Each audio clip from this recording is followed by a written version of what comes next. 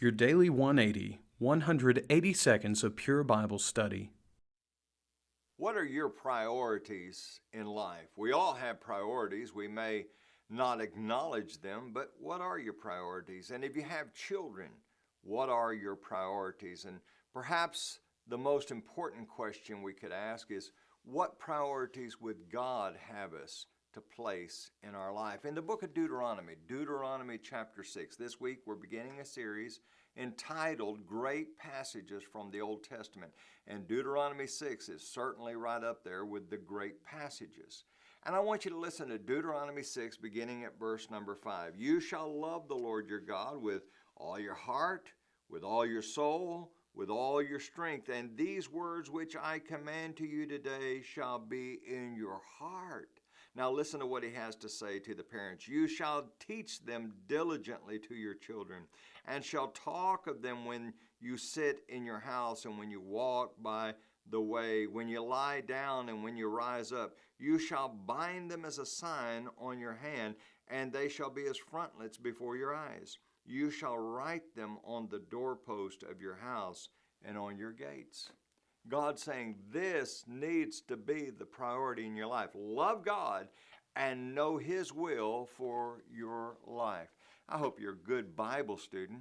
I hope you're interested in knowing God's Word. I appreciate you participating in these studies on your Daily 180. And I hope you're teaching your children these truths as well in the various opportunities that you'll have throughout the day. I want you to listen to Psalm 78. We'll begin at verse number 5. And there's a powerful principle here about the responsibilities that parents have and grandparents have to teach their children and grandchildren. Verse 5, Psalm 78, for he established a testimony in Jacob and appointed a law in Israel, which he commanded our fathers that they should make them known to their children. Parents are sometimes concerned about, we don't want to shelter our children.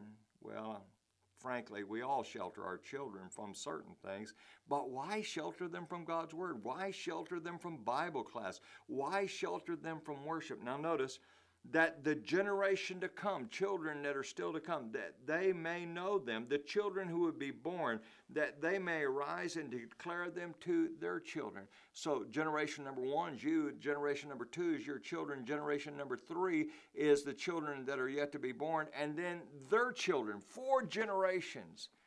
You're responsible for teaching and making sure that the number 1 priority of their life is to know God.